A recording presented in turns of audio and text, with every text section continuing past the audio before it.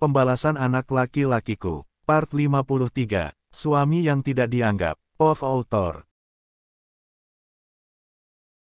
Yud, buka pintunya, teriak Maya sambil menggedor-gedor pintu kamar Yuda. Ini masih jam 6 pagi, tapi Maya sudah bangun dan memanggil Yuda yang masih tertidur dengan pulas. Maklum, Yuda baru sampai ke rumah jam 2.30 dini hari. Yuda, kamu dengar nggak sih? Bangun dulu, nanti kamu tidur lagi juga nggak apa-apa, teriak Maya lagi sambil terus menggedor pintu kamar. Namun sepertinya tidak ada jawaban atau harapan jika Yuda akan membukanya. Maya putus asa dan langsung kembali turun ke lantai bawah. Percuma membangunkan Yuda, jika dia sudah tidur maka tidak ada yang bisa membangunkan dia. Bahkan gempa bumi sekalipun, tidur persis ayahnya, bahkan kalau ada bom meledak sekalipun dia tidak akan bangun, gerutu Maya seraya turun menuruni tangga. Hampir saja dia terpeleset saat kakinya menginjak tangga yang sedikit basah. Rahman lagi, entah apa pakai acara sakit segala. Aku kan nggak tahu kalau dia beneran sakit. Aku kira semalam dia hanya akting biar aku perhatikan. Maya terus saja mengomel tanpa henti. Dia berjalan menuju dapur dan mengambil air mineral di dalamnya. Biasanya akan ada pembantu yang akan mempersiapkan semuanya jika pagi hari. Namun hari ini Biksumi izin untuk pulang kampung untuk melihat anaknya yang sedang sakit. Jadilah Maya sendiri yang menyiapkan semuanya sendiri. Hah, sekarang aku harus ke rumah sakit. Padahal hari ini aku libur, tapi gara-gara Mas Rahman aku harus menyia-nyiakan waktuku untuk leha-leha. Dasar penyakitan memang, gumam Maya tanpa henti. Dia terus saja kesal karena Rahman yang tiba-tiba sakit dan langsung masuk ke rumah sakit. Yuda sudah menghubunginya semalam. Tapi dia menolak untuk datang ke rumah sakit karena sangat lelah. Setelah sarapan dengan satu roti tawar yang dioles dengan selai kacang, Maya langsung masuk ke dalam kamarnya dan mengganti pakaiannya. Dia berencana akan pergi ke rumah sakit untuk menjenguk Rahman suaminya. Dia membawa beberapa pakaian ganti untuk Rahman selama di rumah sakit. Setelah selesai, Maya langsung melangkah keluar menuju garasi. Maaf, Sus, pasien yang bernama Rahman dirawat di kamar apa ya? Tanya Maya saat sudah sampai di rumah sakit. Terpaksa dia harus menanyakan ruangan tempat Rahman dirawat karena bertanya pada Yuda pun tidak ada jawabannya. Sebentar ya, Bu. Saya cek dulu, jawab suster yang berjaga di depan. Maya menganggukkan kepalanya dan menunggu beberapa menit. Pasien yang bernama Rahman ada di ruang penyakit dalam pria.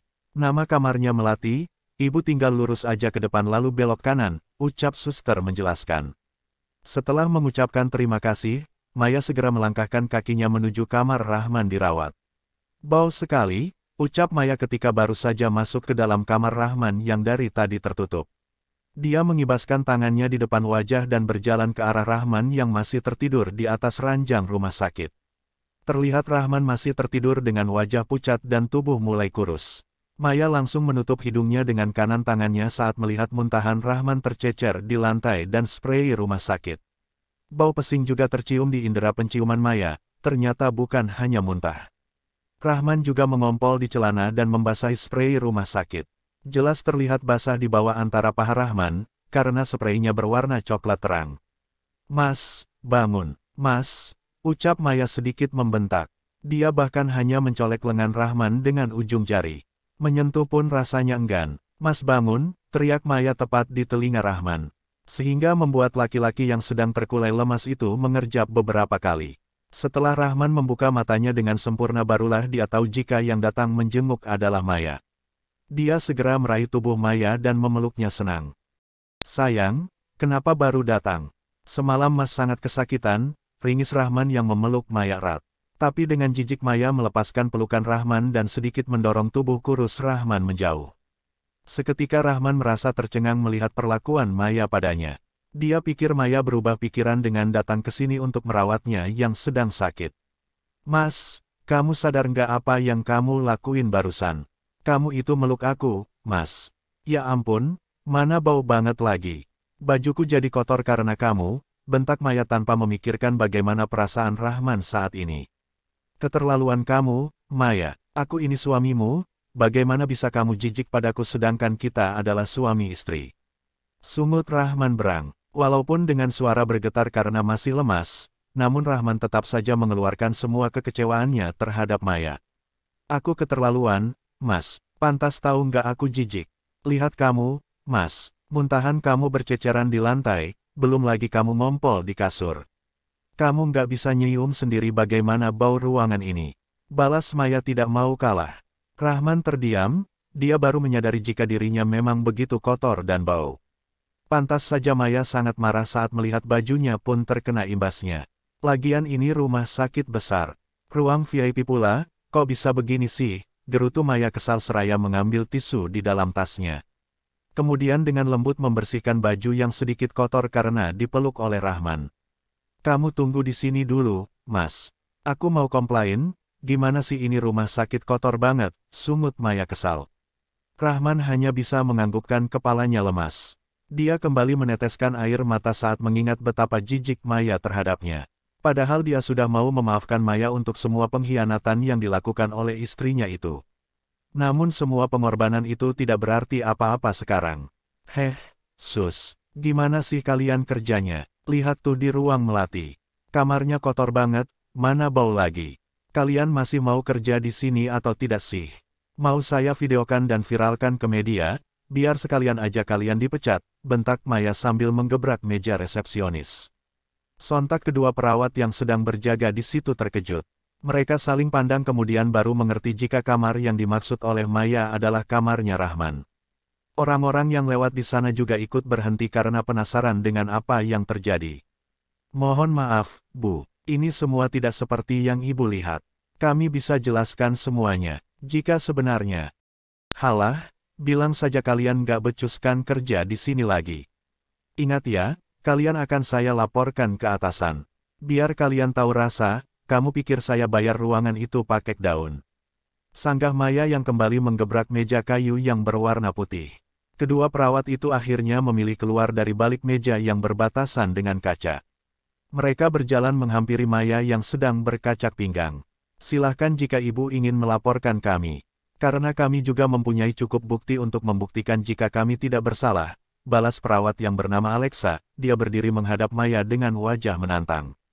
Seorang perawat lagi menyenggol lengan Alexa agar dia segera diam dan menyelesaikan masalah ini. Sebelum semuanya menjadi kacau dan berantakan. Kamu ya, dasar tidak ada didikan, kalian itu digaji di sini itu dengan uang dari kami keluarga pasien. Jadi jangan sombong, bentak Maya tidak mau kalah. Dia tidak suka jika ada yang membantah ucapannya. Kalau saya tidak punya didikan, tidak mungkin saya menjadi perawat di rumah sakit besar ini. Balas Alexa santai. Sekarang Ibu perhatikan semua ini baik-baik. Alexa mengeluarkan ponselnya dan menyetel di bagian video, agar Maya bisa melihatnya langsung apa yang terjadi sehingga ruangan Rahman menjadi sangat bau dan kotor. Pasien Rahman mengalami muntah-muntah dari sejak masuk ke rumah sakit ini tadi malam. Sampai tadi subuh pun, dia masih muntah-muntah. Kami menyarankan jika dia mau muntah, pasien bisa menggunakan wadah khusus yang disediakan di rumah sakit. Namun bukannya mau menurut, dia malah marah-marah dan memuntahkan semuanya di lantai. Kami sudah berusaha sabar dengan pasien, namun dia tetap saja marah-marah dengan mengatakan jika rumah sakit ini dibayar. Dia juga tidak mau memakai diapers khusus agar tidak mengompol di kasur. Alasannya karena dia malu dengan kami, lantas kami bisa berbuat apa jika pasien ngelunjak seperti itu. Jelas Alexa dengan suara lantang agar semua orang yang ada di sana bisa mendengarnya dengan jelas. Agar tidak terjadi kesalahpahaman, Alexa sengaja memvideokan semuanya di saat temannya sedang membujuk Rahman ketika tadi muntah. Dia tahu betul jika pasien itu sangat menyebalkan, dan ternyata perkiraannya memang tidak meleset. Wajah Maya memerah menahan malu, dia tidak menyangka jika akan semalu ini di rumah sakit. Maya mengembalikan ponsel itu pada Alexa, tanpa meminta maaf ataupun rasa bersalah dia kembali lagi ke kamar Rahman. Alexa mengikutinya dan menyuruh agar temannya memberitahukan masalah ini ke pihak kebersihan. Jadi mereka akan membersihkan kamar yang ditempati oleh Rahman. Dari semalam pasien ini sendirian. Ibu siapa? Istrinya kah? Jika iya kenapa tega sekali meninggalkan suami seorang diri saat sedang sakit seperti ini? Ucap Alexa saat sudah masuk ke dalam ruangan Rahman. Wajah Maya kembali masam, dia tidak suka berada di posisi terpojok seperti ini. Dia merasa sangat malu sekarang. Rahman hanya bisa diam karena tidak tahu permasalahannya apa sehingga perawat itu bisa berkata seperti barusan. Diam kamu. Kalau kamu tidak tahu apa yang terjadi sebaiknya diam. Lagian dia bukan suami saya, dia hanya supir di rumah saya, jawab Maya yang membuat Rahman tercekat.